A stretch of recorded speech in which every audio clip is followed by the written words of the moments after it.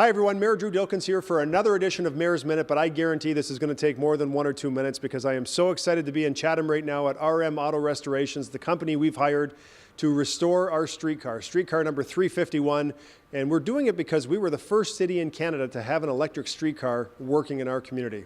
And it's part of our history, and I'm excited to share this with you and show you what this streetcar looks like. And as you see over my shoulder is the original scroll from the streetcar that the operator would turn to show the riders what route they were on. So come on with me on board the streetcar. Let's go meet some of the folks who are involved, and I'm really proud to show you where we're at and the progress we've made.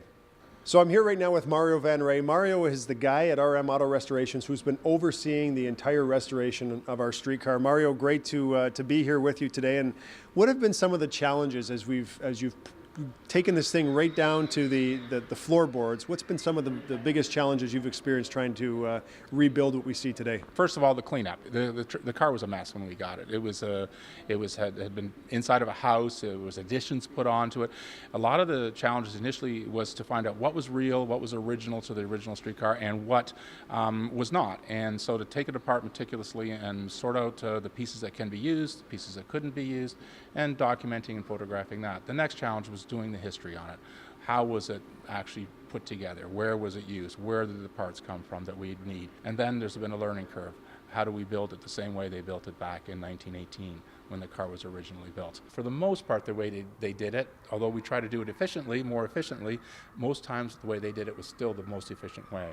And that still amazes us how that was done. And so when you went through and were restoring the car, was the goal to save as much of the original material as possible, or did you just say we're gonna replace every window because it's easier? Absolutely, we try to save always what we can of the original car.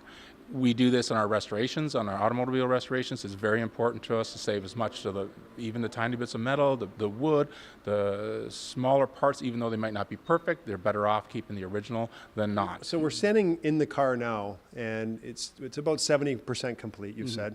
What are some of the things you want to point out that that people should know about here? We're always amazed by the workmanship that was done in the day, especially with the lack of previous information or bank of knowledge that they had. So that's one of the things that really impresses us. The other thing is actually there's a lot of parts and wood and steel that actually was in really good shape in this streetcar. And some examples are, for instance, this ash beam that goes from one end of the streetcar to the other. It's over 40 feet long. It's one piece of wood. You'll never find an ash tree that's that good a shape anymore. The back wall there, most of that is all original. We did seam in old wood with new wood where we could, and to us that's very, very important to keep the authenticity in the car. We did have to replace the windows. Most of the windows were deteriorated, and that's understandable. They would be exposed to the elements. So these are actually cherry. We use the exact same wood that they used back then. All the structural components are ash. The floor is ash. There is birch trim on the inside of the vestibules. So we did use authentic materials wherever it was done originally. These, by the way, are original, all these steel car lines, as they are called. This material here would be very similar to what they would use back then. It was a hardboard. It was not a solid wood. It was a hardboard. These posts are one piece from the top, and then where it bolts onto the chassis of the car. They have a bow in them. They have notches grooved in them. They have notches up in here. They have slots in them where this beam hooks onto the posts here. And what I'm trying to say is that these are very complicated to make. This is something that you can't just CNC cut out. It was hand carved, and we had to replace most of them ourselves, so we had to hand carve it ourselves. There again, the appreciation for the craftsmanship that was done back then was amazing, really. Another interesting thing about the car is that you'll notice that there's not a lot of fasteners necessarily that hold things together. And there's a reason behind that. A lot of parts of the wood parts on the car were only fastened on one end and left loose on the other, whether it was a mortise and tenon joint or a dowel and pin, but it was never glued. And the reason is the car had to be flexible going down the track. This car moves and flexes. If you fasten everything solid, something's going to crack.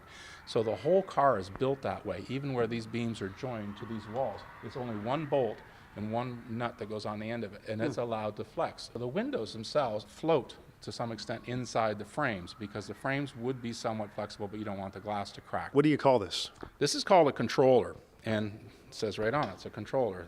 patent numbers are on there. This goes back into the early 1900s, 1912, I believe, and they use this type of controller virtually ever since the electric streetcar was put on the rails. You can see all the switches and the valves depending on how fast he wants to go, if he wants to slow down, and of course stopping.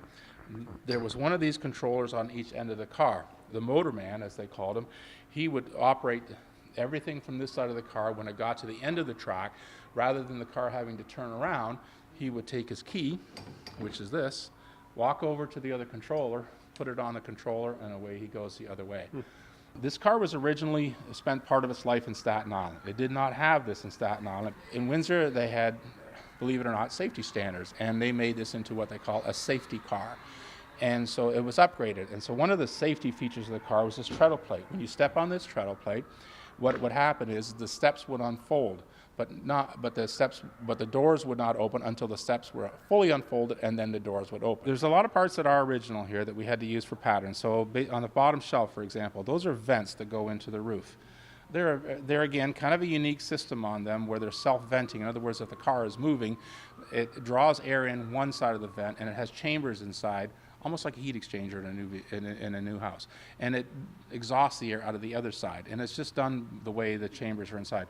We had to recreate 2 of those, but there were 6 that were still existing.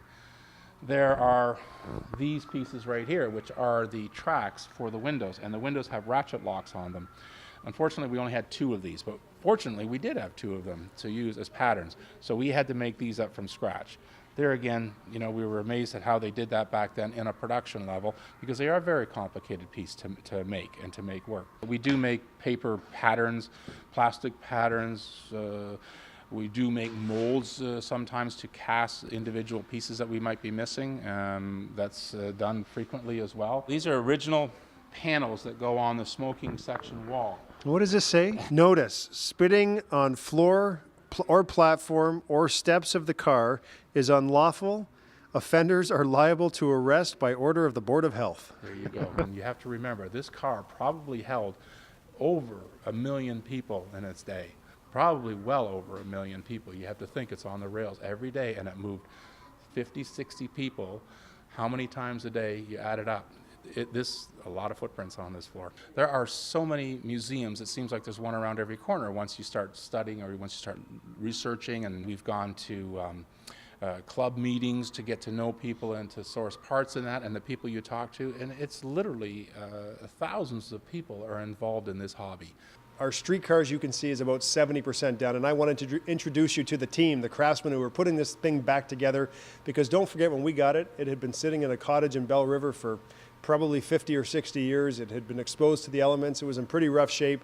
Jamie and Serge and Mario have spent months and months of time tearing this car down, mapping it out, mapping out the parts, rebuilding parts, restoring parts, and putting it all back together.